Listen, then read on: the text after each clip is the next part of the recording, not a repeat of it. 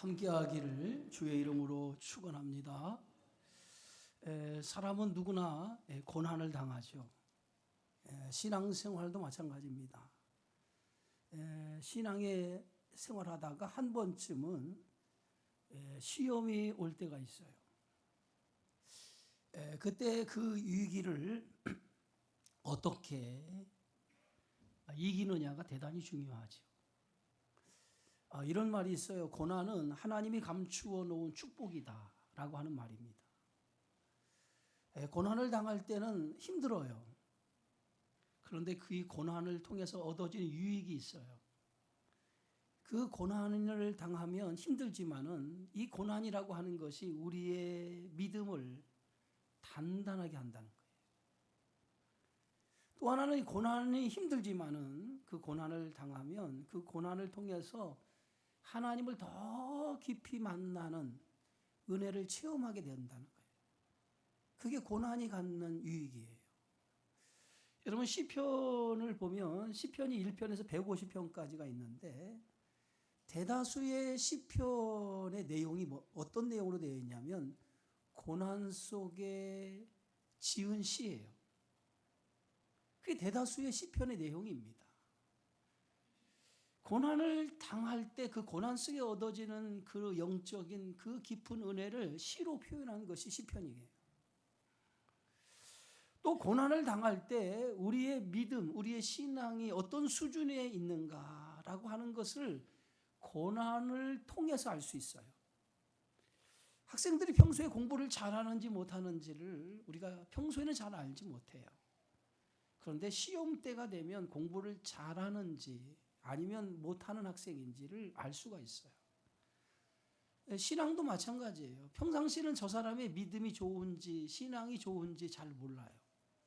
그런데 시험을 당해보면 저 사람이 믿음이 있는 사람이구나, 신앙이 있는 사람이구나 라는 것을 알 수가 있어요. 다윗이 기름 부음을 받고 왕이 될 때까지 여러 차례의 생사의 위기를 겪어요. 다윗의 입장에서 생각해 보면 차라리 내가 왕으로 기름 부음을 받지 않았다면 이런 고난이 없었을 텐데, 왕으로 기름 부음을 받은 다음부터 다윗에게는 생각지 않은 고난이 찾아온 거예요. 왜 다윗의 인생 속에 이런 고난이 찾아왔을까? 이것은 그냥 다윗에게 주는 고난이 아니라 이 고난 속에 하나님의 뜻이 있었다는 거예요. 뜻이. 그 뜻이 뭐냐면 하나님의 사람으로 쓰기 위한 하나의 연단의 시간이었다는 거예요. 당신의 사람으로 쓰기 위해서 하나님은 이 고난을 통해서 다윗을 연단했다는 거예요. 여러분 좋은 연장을 만들기 위해서 그 쇠가 풀무불에 여러 번 들어갔다 나오는 것을 볼 수 있어요. 하나님이 쓰시기에 합당한 사람이 되기 위해서는 연단의 시간을 통해서 그가 만들어지는 거예요. 좋은 연장이 만들어지듯이 하나님의 사람으로 쓰기 위해서, 좋은 하나님의 사람으로 쓰기 위해서 연단을 통해서 만들어지는 거예요. 여러분 모세는 40년 동안 애굽의 왕자로 호화로운 생활을 했어요. 뭐 하나 부족함이 없는 생활을 40년 동안 한 거거든요. 그런데 하나님은 모세를 쓰기 위해서 모세를 어디로 보내냐면 미디안이라고 하는 광야로 보내요. 40년 동안 혹독한 시련의 삶을 살도록 만들어요. 그래서 40년 동안 다듬어서 하나님께서 모세의 40년을 써요. 그런 훈련이 없었다면 모세는 위대한 그 지도자가 될 수 없었을 거예요.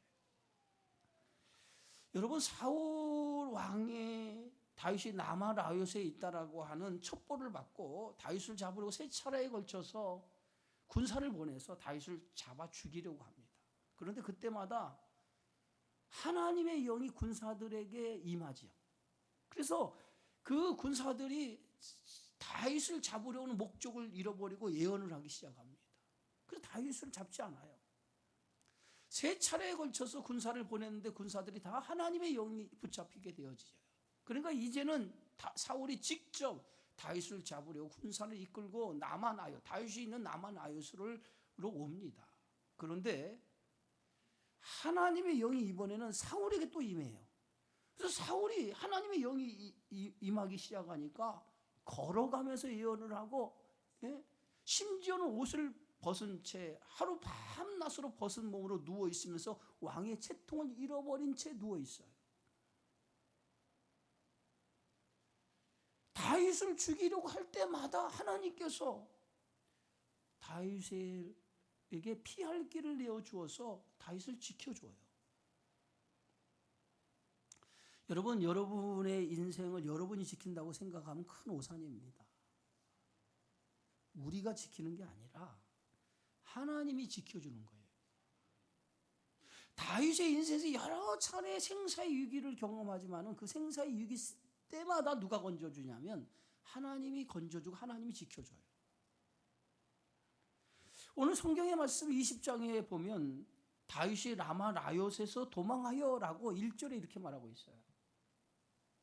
사울이 이제 다윗을 잡으려고 나만아요까지 쫓아오니까 다윗이 이제 그곳을 도망쳐요. 그래서 어디로 가냐면 요나단에게 달려가요. 그래서 요나단에게 달려가서 요나단에게 다윗이 도대체 내가 무슨 잘못을 행했기에, 내가 무슨 죽을 일을 행했기에 당신의 아버지 사울이 나를 죽이려고 하느냐라고 요나단에 가서 요나단에게 따집니다. 그런데 가만히 보세요. 오늘 1절의 말씀 가만히 보면 지금 다윗이 정상적인 모습이 아니에요. 대단히 흥분되어 있어요. 응? 마치 요나단이 자신을 죽이려고 하는 것처럼, 응? 모든 화를 요나단에게 쏟아붓고 있어요. 지금까지의 다윗의 모습과는 좀 거리가 먼 모습이에요. 예? 여러분, 다윗이 골리앗과 싸울 때 어떤 모습을 보였습니까? 너는 칼과 창과 단창으로 내게 오지만 나는 만군의 여호와의 이름으로 내게 나아간다라고 이렇게 믿음을 선포하면서 골리앗에게 나가지 않았습니까? 그런데 지금의 모습은요, 그런 신앙의 모습, 믿음의 모습이 아니에요. 다윗의 이 모습 속에서는 전혀 하나님을 믿는 믿음의 모습을 찾아볼 수가 없어요. 여러분, 고난이 찾아오면 제일 먼저 신앙의 사람은 그 고난 속에서 누굴 찾아가야 되죠? 하나님을 찾아야죠. 그죠? 하나님을 찾는 것이 당연한 건데 지금 다윗은 누굴 찾아갑니까? 요나단을 찾아가요. 요나단을 찾아가서 도대체 왜 내가 무슨 잘못을 저질렀기에 왜 나에게 이런 고통을 주냐 이거예요. 나에게 이런 고난을 주냐. 왜 당신의 아버지가 나를 죽이려고 하느냐 이 말이에요. 응? 그러면서 요나단에게 온갖 원망을 다 쏟아놓아요. 응?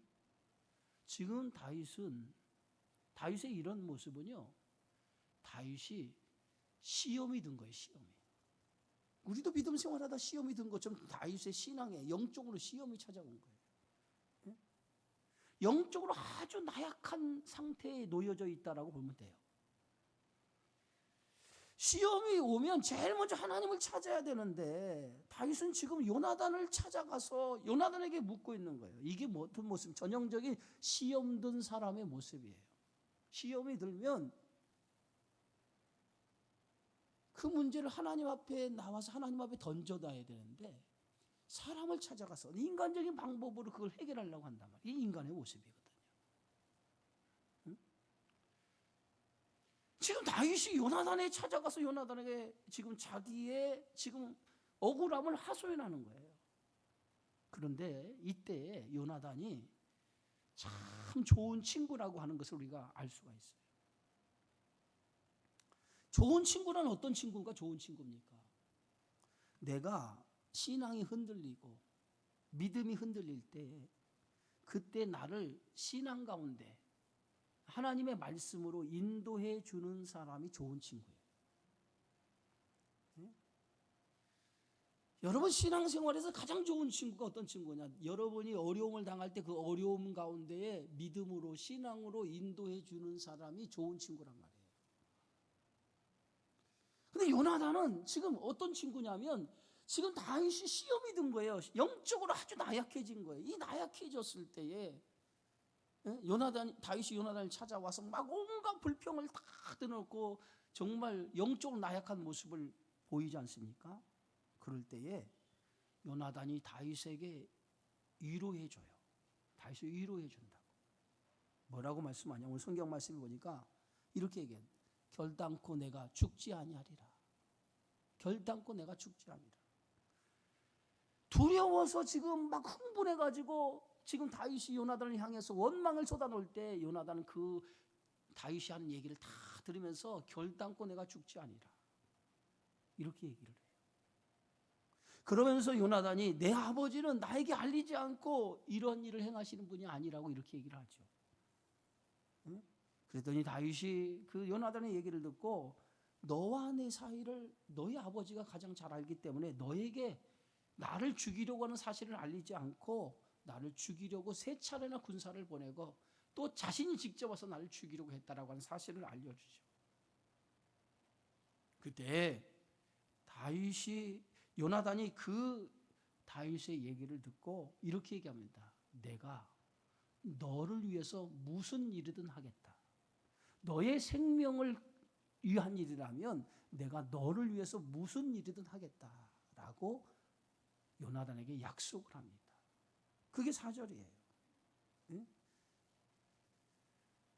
그러면서 이제 요나단이 무슨 일이든 다윗을 위해서 하겠다라고 하니까 다윗이 요나단에게 이렇게 부탁을 합니다. 그 부탁의 말씀이 5절과 6절이에요. 한번 다 같이 한번 읽어볼까요?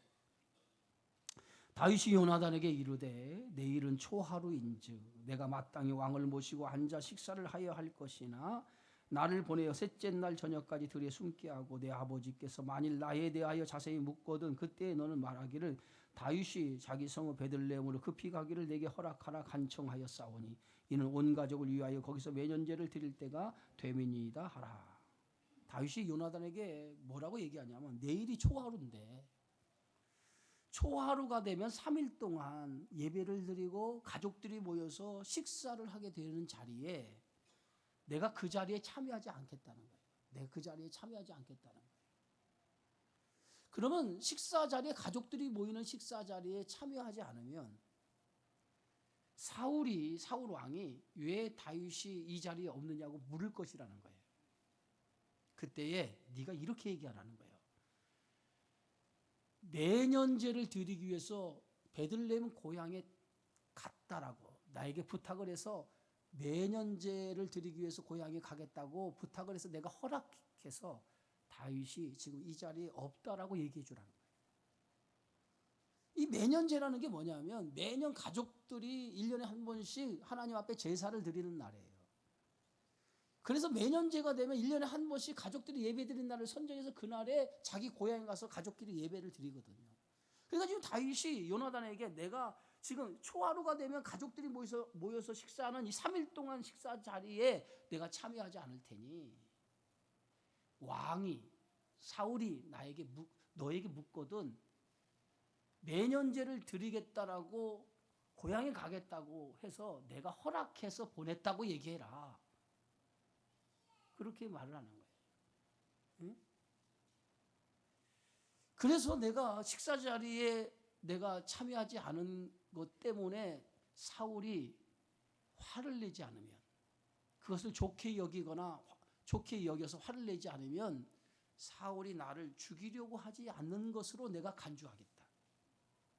그러나 만약 내가 식사 자리에 참여하지 않은 것 때문에 대단히 화를 내서 그러면은 틀림없이 나를 죽이려고 하기 때문에 화를 내는 것으로 난 알겠다라고 요나단에게 그렇게 부탁을 합니다.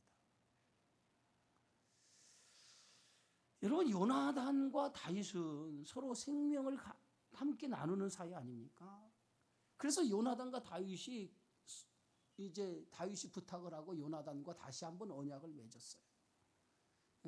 그러면서 다윗이 뭐라고 요나단에게 어떤 얘기를 하냐면 만약에 내가 죄가 있다고 네가 생각하면 아버지 사울에게 데려가기 전에 나를 죽이라. 이렇게 얘기해요. 지금 다윗이 지금 요나단에게 이것을 부탁하면서 만약 내가 죄가 있다라고 생각하면 나를 여기서 사울 왕에게 데려가기 전에 나를 죽이라고 이렇게 얘기를 하죠. 지금 다윗은요 모든 사람을 의심하고 있어요. 지금 사울도 의심하고 요나단과 언약을 맺었지만 요나단도 의심하는 거예요. 자신을 죽이려고 하는 아버지의 아들이기 때문에 지금 의심의 눈으로 보는 거예요. 예? 여러분 시험이 찾아오면 제일 먼저 생기는 것이 뭐냐면 불안한 마음, 응? 또 마음에 염려와 걱정이 들고 또 의심이 찾아와요. 이게 시험 든 사람의 모습이에요. 지금 다윗이 시험이 찾아와 영적으로 시험이 드니까 자기와 깊은 우정을 나누었던 서로 같이 생명을 나누기로 약속했던 요나단까지 의심을 하는 거예요. 그러니까 얼마나 불안하면 아무도 믿지 못하고 의심을 하겠습니까? 이게 불안한 마음이거든요. 예? 그래서 예수님께서 겟세마네 동산에서 제자들에게 하신 말씀이 뭡니까? 시험에 들지 않게 깨어 기도하라. 예? 깨어 기도하라는 거예요. 왜? 시험이 올 수 있다는 거예요. 시험이 오면 이런 증세가 나타나기 때문에 예수님은 깨어서 기도해서 시험이 오지 않도록 하라고 그랬어요. 예? 지금 다윗은 서로 언약을 생명을 같이 나누기로 언약을 맺은 관계임에도 불구하고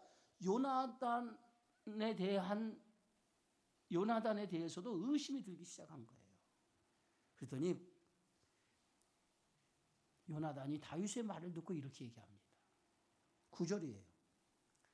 이 일이 결코 내게 일어나지 아니하리라. 내 아버지가 너를 죽이는 일이 결코 일어나지 않게 하리라.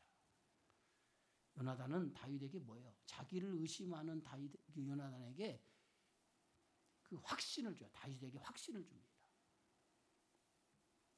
그러니까 다윗이 요나단에게 그러면 아버지가 나를 죽이려고 하면 어떻게 그것을 아버지가 나를 죽이려고 한다는 사실을 알리겠느냐라고 얘기를 하니까 요나단이 다윗을 들로 데리고 나가요.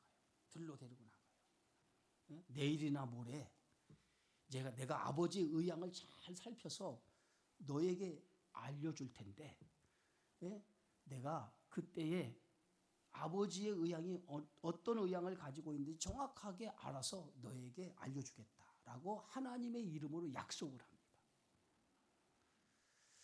계속해서 뭐예요? 다윗은 요나단을 의심하잖아요. 지금 계속 의심하면서 그렇게 얘기하잖아요. 그러니까 내가 정확한 아버지의 의향을 알아서 너에게 알려주겠다고 계속 얘기를 해요. 그런데도 다윗의 마음 한쪽에는 의심의 마음을 거둬들이지 않아요. 그런데도 요나단의 모습을 보세요. 요나단은 절대로 화를 내지 않아요. 다윗이 그렇게 요나단을 자기 친구를 의심하는데도 화를 내지 않습니다. 차분하게 다윗에게 끝까지 다윗을 신뢰하면서 하나님에 대한 신앙을 고백하죠. 그게 오늘 12절에 16절이에요. 오늘 12절 16절에서 여러분 우리가 읽었지만은 요나단이 뭐라고 얘기하냐면 이렇게 얘기해요. 여호와께서 12절이에요. 또 13절에 여호와께서 또 15절에도 여호와께서 또 16절에도 여호와께서 지금 요나단은 계속해서 자기의 신앙을 고백하고 있는 거예요. 여호와께서 예? 이 여호와께서라고 하는 신앙을 고백을 계속해서 다윗 불안해하는 의심하는 다윗에게 하나님의 이름으로 계속해서 얘기를 한다는 것은 요나단이 얼마나 신앙의 사람인지 믿음의 사람인지를 잘 알 수가 있어요. 지금 다윗은 사울이 자신을 죽이려고 하는 이 사실 하나 때문에 지금 막 불안하고 지금 자기가 하나님을 믿는 이 신앙이 막 흔들리고 있단 말이에요. 그런 신앙이 흔들리고 있는 이때에 요나단이 그에게 뭐예요? 하나님의 말씀, 하나님께서 너를 지켜줄 거라고 계속해서 뭐예요? 여호와께서.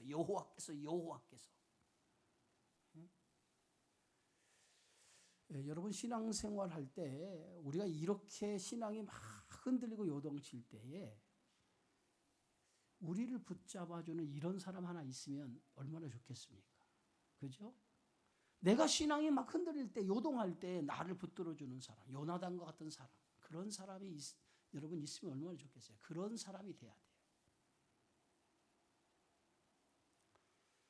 다윗은 요나단의 고백을 듣고 나서 요나단이 자신을 생명같이 사랑한다는 것을 알게 되고 요나단과 다시 맹세를 나누어요. 맹세를 합니다. 그래서 요나단이 다윗을 향해서 이렇게 말하죠. 내일은 초하루인데 내가 자리를 비우면 어디 갔냐고 물을 텐데 너는 사흘 동안 그 시간 동안에 전에 사울이 우리 아버지가 너를 죽이러 갈 때 네가 피했던 곳으로 가서 거기에 숨어 있으라고 얘기를 해요. 그곳에 숨어 있으면 내가 화살을 셋을 쏠 텐데 그 화살 셋을 쏘아서 내 아이에게 내가 데리고 가는 아이에게 화살을 찾으라고 할 텐데 그때에 화살이 내 옆에 있다라고 얘기하면 내 아버지가 너를 죽이려고 하지 않는 것으로 내가 너에게 신호를 보낼 것이고 만약에 화살이 내 앞에 있다라고 하면 내 아버지가 너를 죽이려고 한다는 사실을 너는 알고 도망을 치라는 거예요. 그게 신호라는 거예요. 사인이라는 거예요. 사인. 그리고 약속을 해요. 딱 요나단과 약속을 합니다. 자, 약속을 하고 초하루가 되었어요. 초하루가 되었어요. 그래서 이제 왕의 식사 자리에 가족들이 모였습니다. 자, 이 자리에 누가 없어요? 다윗이 이 자리에 없어요. 모든 식구가 다 앉아야 되는데 다윗만 그 자리에 빈 거예요. 첫날에 다윗이 그 식사 자리에 없는데도 사울이 묻지를 않아요. 다윗이 어디 갔냐고 묻지를 않아요. 둘째 날입니다. 둘째 날이 됐는데 둘째 날이 되어서 다윗의 자리가 비니까 사울이 요나단에게 물어요. 어떻게 물었냐면 오늘 성경의 말씀을 보니까 이새의 아들이 어찌하여 어제와 오늘 식사 자리에 나오지 않느냐라고 물어요. 그러니까 첫날 묻지 않고 둘째 날 묻는 거예요. 어제와 오늘 어찌 이새의 아들이 식사 자리에 오지 않았느냐라고 물어요. 그런데 오늘 보세요. 다윗이라고 부르니까 이새의 아들이라고 불러요. 오늘 이새의 아들이라고 부르거든요. 이새의 아들이라고 하는 것은 이 다윗이 뭐 하던 사람이었어요? 목동 치던 사람이에요. 그러니까 지금 얼마나 사울이 다윗에 대한 악한 감정을 가지고 있으면 그 악한 감정을 다윗이라고 자기 사위라고 얘기하지 않고 뭐라고 얘기하냐면 이새의 아들이라고 얘기하거든요. 그게 지금 사울이 다윗에 대한 악한 감정을 이렇게 표현한 거예요. 응? 그렇게 물으니까 뭐라고 얘기하죠? 요나단이 이렇게 대답해요. 다윗과 얘기한 대로 다윗이 매년제를 드리기 위해서 고향 베들레헴 가겠다고 해서 내가 허락을 했습니다. 그래서 지금 고향에 내려갔습니다. 라고 얘기해요. 그랬더니 사울의 반응입니다. 사울이 어떻게 반응하냐면 이렇게 반응을 해요. 대단히 흥분해서 사울이 불같이 요나단에게 화를 내요. 불같이 요나단에게 화를 내면서 뭐라고 얘기하냐면 이렇게 얘기해요. 자기 아들에게 폐역무도한 계집의 소생이다 라고 얘기합니다. 폐역무도한. 보세요. 자, 30절 한번 우리 다 같이 한번 읽어봅시다. 성경 말씀 30절이에요. 사울이 요나단에게 화를 내며 그에게 이르되 폐역무도한 계집의 소생아 내가 이새의 아들을 택한 것이 내 수치와 내 어미의 벌거벗은 수치됨을 내가 어찌 알지 못하랴. 이새의 아들이 땅에 사는 동안은 너와 내 나라가 든든히 서지 못하리라. 그런즉 이제 사람을 보내어 그를 죽여 내게로 끌어오라. 그는 죽여야 할 자이니라. 여러분 보세요. 얼마나 다윗이 그 사울이 화가 나면 불같이 화를 내요. 불같이 화를 내요. 불같이 화를 내요. 그러면서 자기 아들에게 뭐라고 얘기하냐면 폐역 무도한 계집의 소생이라고 얘기해요. 자기 아들인데도. 그러면서 다윗이 살아있는 동안은 너와 내 나라가 든든히 서지 못할 것이라고 얘기해요. 여러분 이스라엘 나라가 누구의 나라예요? 사울의 나라입니까? 요나단의 나라입니까? 누구의 나라예요? 하나님의 나라예요. 하나님의 나라. 하나님의 나라예요. 하나님이 세우신 왕이거든요. 이 나라 하나님의 나라인데 지금 사울은 이 나라가 마치 누구의 나라처럼 생각하는 거예요. 자기 나라, 자기 나라, 자기 것이라고 생각하는 거예요. 그러면서 당장 다윗을 잡아오라고 얘기를 해요. 그러니까 사울이 흥분해서 지금 자기 아들 요나단에게 당장 지금 다윗을 잡아오라고 하니까 요나단이 이렇게 얘기합니다. 뭐라고 얘기하냐면 32절이에요. 우리 한번 다 같이 읽어봅시다. 요나단이 그의 아버지 사울에게 대답하여 이르되 그가 죽을 일이 무엇이니까 무엇을 행하였나이까. 보세요. 요나단이 아버지가 당장 잡아오니까 사울에게 뭐라고 하냐면 아니 도대체 다윗이 무슨 일을 행했기에 도대체 무슨 죽을 일을 행했기에 그를 잡아오라고 합니까? 도대체 다윗이 무슨 잘못을 했습니까? 도대체 다윗이 잘못한 게 뭐 있습니까? 라고 지금 요나단이 다윗의 편을 들어서 사울에게 지금 대드는 거예요. 그랬더니 사울이 자기를 대드는 다윗을 편드는 요나단에게 어떻게 행동을 하냐면 33절이에요. 다 같이 읽어봅시다. 사울이 요나단에게 단창을 던져 죽이려 한지라. 여러분 보세요. 사울이 자기 아들이 지금 다윗의 편을 드니까 사울이 뭐예요? 단창을 들어서 그 단창으로 누굴 죽이려 했다고요? 요나단을 죽이려. 얼마나 무섭습니까? 응? 지금 사울의 행동은 정상적인 행동이 아니에요. 정상적인 행동이 아니에요. 이 사울에게 이미 뭐가 떠나서 하나님의 영이 떠나고 뭐가 임했어요? 악령이 임한 거예요. 악령이 임하니까 지금 정상적인 행동이 나타나지 않아요. 막 분노가 차오르니까 그 분노를 이기지 못하고 자기 아들까지 창을 던져 죽이려고 합니다. 여러분, 사탄이 제일 써먹기 좋은 사람이 어떤 사람인지 아세요? 분노를 다스릴 줄 모르는 사람이에요. 분노를 다스릴 줄 모르는 사람, 사탄이 제일 써먹기 좋은 사람입니다. 분을 다스리지 못하는 사람, 그런 사람이 가장 위험한 거예요. 이게 사탄의 도구가 되거든요.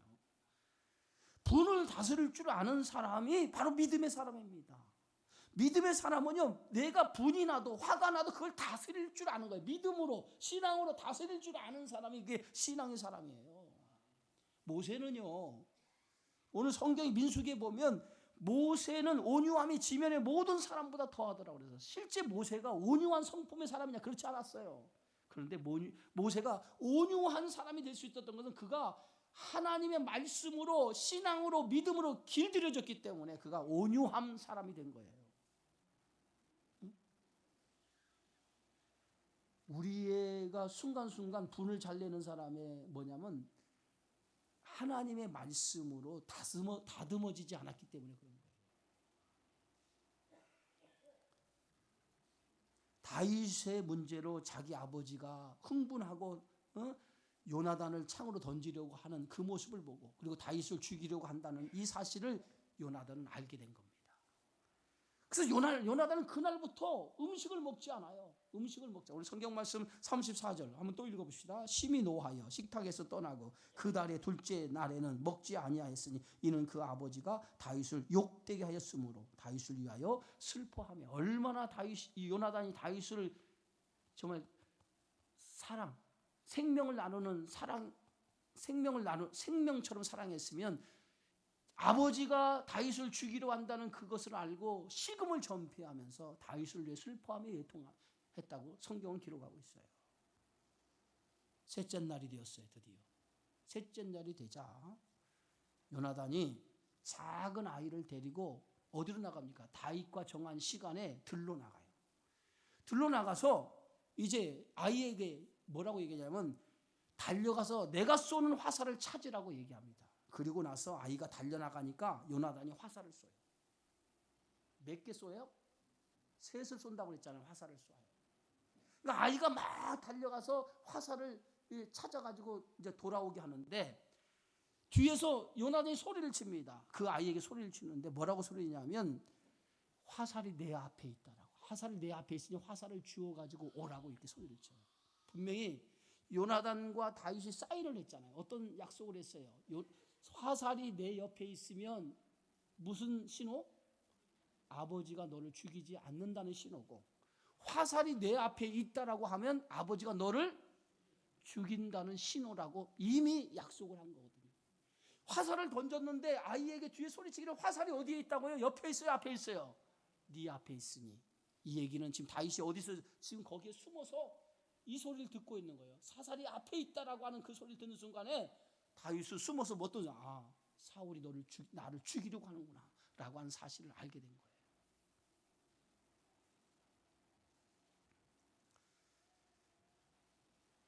화살을 쥐어 가지고 온 아이에게 요나단이 그 아이에게 이것을 가지고 성읍으로 가라고 하면서 자기가 가지고 있는 무기를 다 주면서 아이에게 성읍으로 가라고 먼저 보냅니다. 자, 가만히 보면 이게 굉장히 중요한 장면이에요. 지금 다윗이 끊임없이 누구를 의심했다고요? 자기를 생명처럼 사랑한 요나단인데 요나단과 언약을 맺었음에도 계속해서 사울이 자기를 죽이려고 하니까 그 죽음의 위기 속에서 누구까지 의심했냐면 자기 친구 요나단까지 의심을 한 거예요. 계속해서.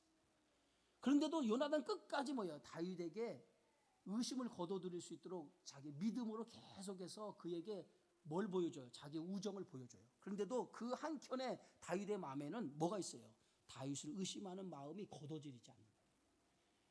그러니까 마지막에 다윗이 요나단이 자기가 들고 있는 무기를 누구에게 줘요? 자기 그 화살을 찾아오는 아이에게 다 주면서 성읍으로 돌아가라고 얘기해요. 이걸 숨어서 누가 보고 있어요? 다윗이 보고 있는 거예요. 요나단이 자기를 죽이려고 하는 사람이 아니구나라고 하는 것을 보게 된 거예요. 자기의 의심이 그제서야 거둬들이게 되는 거예요. 자, 그러니까 자기의 의심이 그제서야 거둬들이니까 오늘 성경 말씀에 보니까 오늘 이렇게 써 있어요. 41절 한번 읽어봐요. 41절 뭐라고 써있나?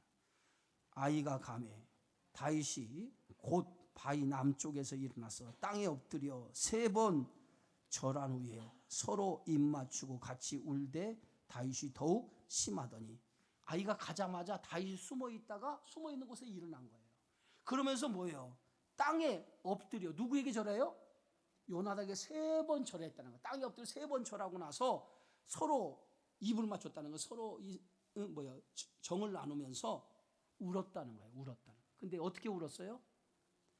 둘이 더 입을 맞추고 요나단도 울고 다윗도 울었어요. 그런데 성경은 이 똑같이 울었는데 누가 더 심히 울었다고? 왜 울었어요? 그렇죠. 자신이 자기를 생명처럼 사랑하는 친구 요나단을 의심했던 것이 후회스러워서 더 크게, 더 심히 울은 거예요. 응? 더 크게 운 거예요. 그리고 이제 마지막 다윗과 요나단이 인사를 나누고 두 사람이 여호와의 이름으로 맹세를 나누어요. 그게 42절이에요. 마지막 절 한번 다 같이 읽읍시다. 요나단이 다윗에게 이르되 평안히 가라. 우리 두 사람이 여호와의 이름으로 맹세하여 이르기를 여호와께서 영원히 나와 너 사이에 계시고 내 자손과 내 자손 사이에 계시리라 하였느니라 하니 다윗은 일어나 떠나고 요나단은 성읍으로 돌아가니라. 둘이 마지막으로 또다시 맹세를 해요. 나와 너 사이에 여호와가 계시고 내 자손과 내 자손 사이에 여호와가 계시리라. 하나님의 이름으로 맹세를 한 거예요. 응? 이 둘의 약속이 변하겠어요? 변하지 않겠어요? 이후부터 열대로 변하지 않아요. 다윗이 훗날 왕이 됩니다. 그리고 요나단은요 이후에 블레셋과의 전투에서 죽어요. 그런데 요나단의 아들이 하나 있었어요. 무비보셋이라고 하는 아들이 있는데 전쟁 중에 죽고 사울의 집이 완전히 무너질 때에 그 요나단의 아들을 그 유모가 안고 가다가 땅에 떨어뜨려요. 그래서 이 아이가 다리가 불구가 돼버려요. 그래서 불구가 된 채로 살아가는데 나중에 다윗이 요나단의 아들이 살아있다는 걸 알게 되어져요. 그런데 아주 초라하게 살고 있는 것을 알게 되어지고 그를 찾아오라고 해요. 그래서 그 무비보셋을 찾아서 자기 왕궁에서 생활하도록 하고 사울 왕가가 가지고 있는 모든 재산을 다 무비보셋에게 돌려줍니다. 다윗과 요나단과 맺은 언약을 지키는 거예요. 어찌 보면 오늘 이 20장의 말씀을 통해서 여러분 다윗이 고난을 통해서 얼마나 그의 신앙이 흔들렸는가를 볼 수 있어요. 만약에 이런 고난이 없었다면 훗날 다윗이 그런 훌륭한 왕이 될 수 있었을까? 이 고난을 통해서 다윗은 하나님의 은혜를 많이 체험했어요. 더 많이 체험한 거예요. 그 체험이 다윗의 인생을 더 든든하게 하나님 만들어 주셨다는 거예요. 때론 인생에 우리의 시험이 찾아올 때, 이런 고난이 올 때 있어요. 낙심하지 마세요. 낙심하지 마세요. 하나님은 다윗에게 피할 길을 주시고 그를 돕는 요나단과 같은 생명을 나누는 친구를 둔 것처럼 하나님은 여러분의 인생에 이렇게 피할 길과 도울 자를 하나님께서 허락해 주시는 것을 믿으시기 바랍니다. 그것이 성경 말씀 고린도전서 10장 13절의 말씀이에요. 다 같이 한번 읽어봅시다.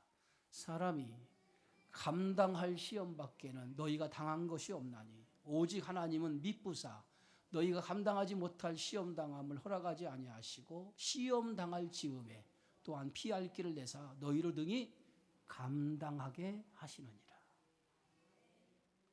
고난이 왔다고 두려워하지 마시고 고난 속에 신앙이 흔들리지 마시고 고난 속에 더 빛나는 믿음을 통해서 하나님께 영광을 돌리는 믿음의 사람이 되기를 주의 이름으로 축원합니다. 기도합시다. 주의 은혜 고맙습니다.